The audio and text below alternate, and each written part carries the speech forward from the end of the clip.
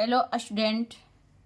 तो हम लोग आज कुछ ट्रिक सीखने वाले हैं, क्योंकि मैं 8 चैप्टर में जो वैल्यू चार्ट अपने याद करना है उसका एक वीडियो मैं बना रखी हूँ, लेकिन फिर भी एक इजी ट्रिक मैं लेकर आई हूँ। तो चलो अपनी ट्रिक स्टार्ट करते हैं। पहला करना क्या है कि अपने लेफ्ट हैंड को लेना है, ठीक है। तो हमने लेफ्ट हैंड लिया और इस तरह से देखो, जो ये थंब है हमने इसको 0 डिग्री लिया। क्या लिया? 0 डिग्री। इसके बाद हम इसको क्या लिए? 30 डिग्री। इस वाले को 45, 60 और लास्ट वाले को 90, ठीक है। तो इसे अपने हाथ से ही काम करना है, यानी इसको 0 डिग्री, 30 डिग्री, 45 डिग्री और 60 डिग्री और 90 डिग्री। पर इसके लिए कुछ तुम्हें फार्मूला याद करना पड़ेगा। बस 3 फार्मूला अपन याद रखेंगे तो कहीं भी अगर हम एग्जाम हॉल में भी बैठे रहें, अगर वैल्यू हमको याद नहीं है तो उस समय अपना ये फिंगर की हेल्प से हम अपना वैल्यू निकाल सकते हैं, ठीक है। तो चलो पहले फार्मूला जानते हैं, कौन कौन से फार्मूला हमको याद करना है। तो कुछ हमारे पास फार्मूला है, उस फार्मूला को पहले लिखते हैं, ठीक है। पहला है, जैसे अगर हमको साइन में मिलेगा तो जब तुमको साइन मिलेगा तो साइन के लिए क्या करना, हम थीटा लगाते थे। जब साइन थीटा हमको मिल जाएगा तो उसके लिए फार्मूला है रूट में लिखना, बस फिंगर की काउंटिंग करना है, ठीक है। लिखेंगे पहले की फिंगर, पहले की अंगुली, पहले की अंगुली अपन में 2, अपन में 2। अब हमको पता है कि साइन का अपोजिट क्या होता है? कोसेक होता है। क्या होता है? कोसेक।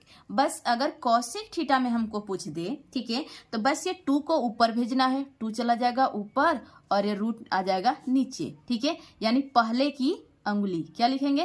पहले की अंगुली, पहले की अंगुली, ठीक है। इसके बाद जब कॉस आ जाएगा कि कॉस थीटा क्या करेंगे वैल्यू, तो कॉस थीटा में यहाँ पे लिखेंगे बाद की अंगुली, बाद की अंगुली अपन में 2। और कॉस के अपोजिट होता है क्या है? सेक होता है। क्या होता है? सेक। तो सेक थीटा क्या हो जाएगा? ये 2 जाएगा ऊपर, 2 जाएगा ऊपर और ये जो रूट है रूट वाला आ जाएगा नीचे। तो रूट जब नीचे आएगा तो क्या लिखेंगे? ये बाद की अंगुली, बाद की अंगुली, ठीक है। तो ये हमारे पास हो गया, 4 हो गया कंप्लीट। अब हमारे पास 2 और बचा है, तो 2 यानी कि 10। तो पहले लिखेंगे 10। जब 10 थीटा आएगा तब क्या करेंगे? तो यहाँ से देखो, यानी 2 हमारा कट जाएगा। जब हमें पता है कि 10 थीटा का फॉर्मूला क्या होता है? साइन थीटा अपन में कॉस थीटा, साइन थीटा अपन कॉस थीटा, यानी कि इसके अपन में करेंगे तो 2 क्या हो जाएगा? कट जाएगा। तब बचेगा क्या? ये रूट वाली ये बचेगा और अपन में ये बच जाएगा। यानी लिखेंगे पहले की अंगुली अपन में बाद की अंगुली, अपन में बाद की अंगुली, ठीक है। तो 10 का अपोजिट क्या होता है? कॉट होता है। क्या होता है? कॉट। तो इसके लिए क्या हो जाएगा? ये बाद वाला चल जाएगा ऊपर, यानी बाद की अंगुली, बाद की अंगुली अपन में पहले की अंगुली, अपन में पहले की अंगुली, ठीक है। तो चलो ये तो हमारा फार्मूला रहा। अब क्या करेंगे? अब बनाने स्टार्ट करेंगे। जैसे मान लो हमसे यहाँ पे दे दे कि साइन 0 डिग्री की वैल्यू बताओ। किसका? साइन 0 डिग्री का, ठीक है। तो देखो साइन 0 डिग्री यानी ये है हमारे फिंगर, अभी हमने इसमें भी बना रखा है। तो देखो 0 डिग्री है, ये 0 डिग्री, मतलब ये हमारा इसमें देखो ये 0 डिग्री हो गया। ये क्या है? ये 30 डिग्री, ये 45 डिग्री, ये 60 डिग्री और ये 90 डिग्री, ठीक है। हमने इस पे लिख रखा है 0 डिग्री, 30 डिग्री, 45 और 60 और 90। तो यहाँ से देखो 0 डिग्री की बात क्वेश्चन में हमारा क्या था? क्वेश्चन में हमारा 0 डिग्री है। क्या है? 0 डिग्री की वैल्यू बताना है। तो देखो 0 डिग्री मतलब यहाँ से स्टार्टिंग करेंगे। तो ये बताओ कि जो फिंगर हमको जिसका लेना है 0 डिग्री वाला है, तो इस थंब को हम नहीं, मतलब इसकी फिंगर की काउंटिंग नहीं करेंगे। इसको क्लोज कर लो, मतलब इस तरह से बंद करो और इसके पीछे देखो, मतलब आगे इस साइड कितने फिंगर बच रहा है? कुछ भी बच रहा है क्या?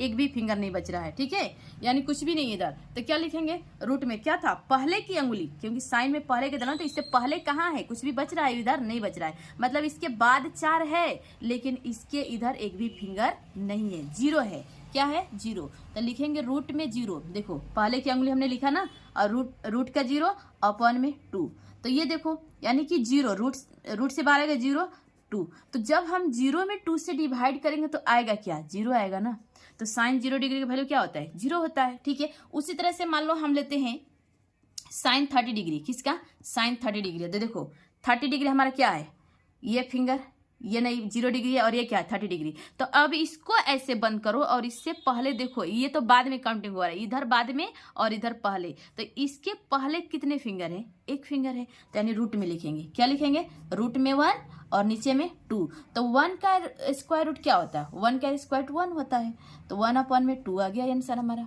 क्या आया 2।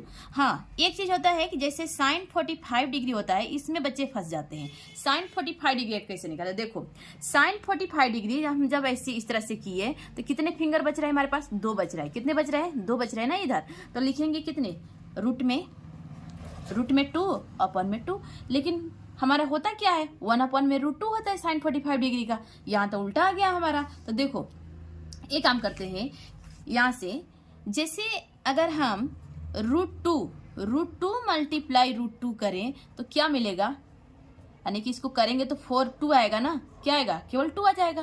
तो यानी कि हम 2 को रूट 2 मल्टीप्लाई रूट 2 लिख सकते हैं, क्या लिख सकते हैं रूट 2 मल्टीप्लाई रूट 2। तो यहाँ जो हमारा 2 है इसको क्या हम रूट 2 मल्टीप्लाई रूट 2 लिख सकते हैं। ठीक है, तो देखो यानी कि कर लेंगे रूट 2 ऊपर वाला रहेगा उस तरह से, और रूट 2 मल्टीप्लाई रूट 2, तो यहाँ से रूट 2 मल्टीप्लाई रूट 2, यानी काट दो, 1 टाइम्स में कट गया, ये कट गया, तो हमारे पास बचा क्या 1 अपॉन में रूट 2, 1 अपॉन में रूट 2 आया ना ये। ठीक है, उसी तरह से मान लो हमें निकालना है साइन 60 डिग्री, साइन 60 डिग्री, तो साइन 60 डिग्री कहाँ है हमारा, देखो इधर ये रहा ना, इसके पहले फिंगर कितने हैं 3 है, तो रूट क्या लिखेंगे रूट 3 अपॉन में 2 बन गया हमारा। ठीक है, तो इस तरह से करना है अपन को, इस तरह से देखो 90 डिग्री, तो जब 90 डिग्री करेंगे तो इधर 4 बचेगा, तो रूट का 4, चलो उसको भी बना लेते हैं, साइन 90 डिग्री, साइन 90 डिग्री, तो कितना हो जाएगा रूट में देखो 90 को क्लोज करो, फिंगर गिनो, अब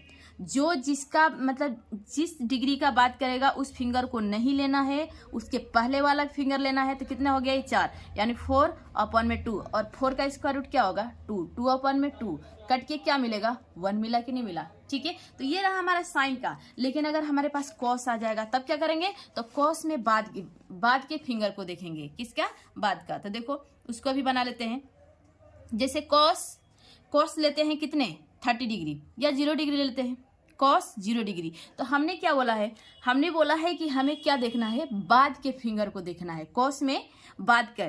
तो देखो ये हो गया हमारे पास, क्या है ये 0 डिग्री है ना, तो हमें बाद के फिंगर का देखना है कॉस में, क्योंकि हमने फार्मूला क्या लिखा था, देखो फार्मूला हमने लिखा था बाद की अंगुली अपॉन में 2, बाद की अंगुली अपॉन में 2, तो हमें बाद का लिखना है, पहले का नहीं देखना है अपन को।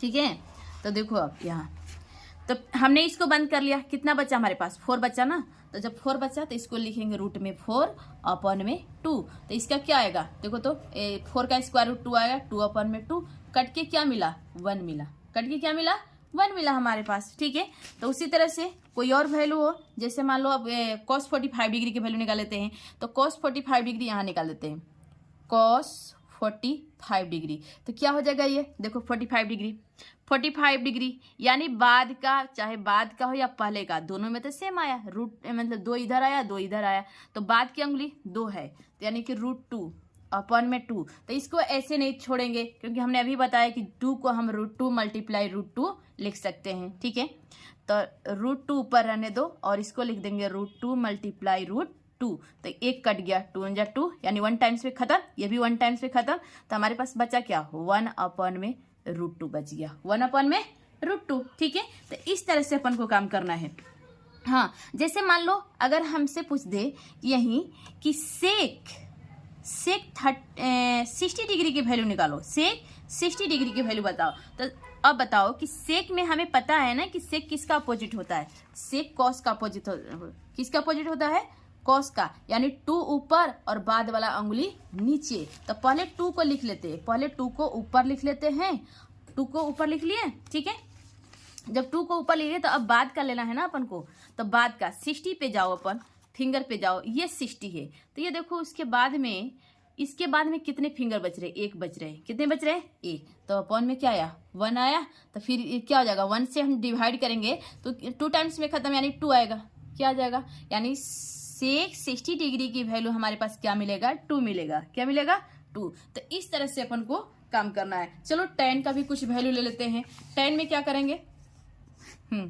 जैसे tan 60 डिग्री की वैल्यू निकालना हो, tan 60 डिग्री, तो tan 60 में हमें पहले वाला फिंगर देखना है, पहले रूट लगा लेते हैं, और फिर बाद वाले। तो 60 पे जाओ, 60 पे गए, पहले में फिंगर कितने हैं? पहले में 3 है। कितने हैं? 3 है। तो 3 को लिख लो।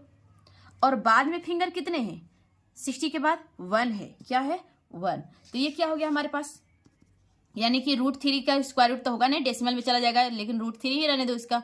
अपन में 1 का स्क्वायर रूट 1, यानी 1 से डिवाइड करेंगे तो क्या मिलेगा हमको? √3 मिल जाएगा। क्या मिल जाएगा? √3। ठीक है। तो उसी तरह से अगर हमें जैसे कॉट 60 डिग्री का वैल्यू निकालना है, तो अब बाद वाले फिंगर कहाँ जाएगा? ऊपर, और पहले वाले फिंगर कहाँ आएगा? नीचे। ठीक है। तो अब कॉट में हमें अपोजिट, यानी tan का अपोजिट होगा। ठीक है। तो अब क्या करना है? हमें बाद वाले फिंगर को पहले लिखना है। 60 हो गया, बाद वाले फिंगर कितना है? 1 है, और पहले वाले फिंगर कितने हैं? 3 है। तो 3 लिख दिए। तो ये क्या हो जाएगा? 1 का स्क्वायर रूट 1 हो जाएगा, और ये हो जाएगा 1 अपन में √3। ठीक है। तो इस तरह से मेरा ट्रिक था। तो मेरा ट्रिक कैसा लगा कमेंट बॉक्स में जरूर लिखें। अगर नहीं समझ में आए तो 1-2 क्वेश्चन तो आप कमेंट में क्वेश्चन लिख सकते हैं कि कोई किस में मैं वैल्यू निकालूं। तो मिलते हैं नेक्स्ट डे, तब तक के लिए जय हिंद।